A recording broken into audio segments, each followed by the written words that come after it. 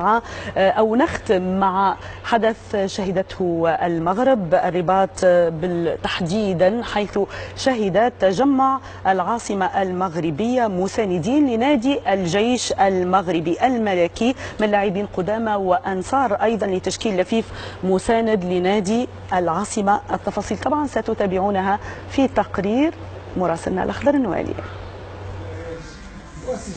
التأمت وجوه من رصيد فريق الجيش الملكي في إطار مبادرة لدعم ناديها. عناصر من قدماء نادي الضباط رفقة فعاليات من جمهور النادي العسكري عمدت إلى إحياء جمعية اللاعبين القدماء بهدف دفع لقلعة العاصمة. السنة هذه أو سنة ونصف كانت جمعية ديال قدماء ديال اللاعبين السابقين اللي اليوم غادي تكون تفعيل ديال هذه الجمعية هذه.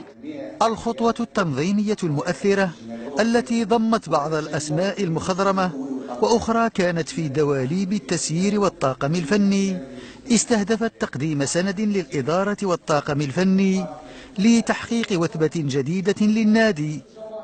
الحضور اليوم ديالنا باش نخرق واحد الجمعية ديال القدماء تكون يعني تساهم بالافكار ديالها، تساهم بالاحترافيه ديالها، بالعطاء ديالها، يعني العديد من الامور اللي يمكن انها تعطي واحد الدفعه للفريق اللي محتاج العديد من الافكار. نتمنى ان شاء الله فريق الجيش الملكي يرجع للكفاءه ديالو اللي هي القاب ويبقى اسم الزعيم مرسوم في الراسخه ديال جميع الرياضيين المغاربه. مناسبة اليوم التواصلي كانت فرصة لتكريم أحد وجوه النادي العسكري وهو الطبيب السابق بوجمع الزاهي في خطوة جديرة بالاحترام. فيما يخص العلاقة مع بحال هذه اللقاءات هذا فهو إحياء لثقافة مغربية،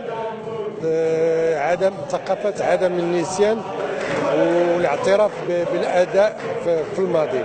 أطياف نادي الجيش اصطفت لترميم القلعة العتيدة في محاولة لإعادة التوهج إلى النادي الذي تحاصره الزوابع. الأخضر نوالي، بي إن سبورتس، الرباط.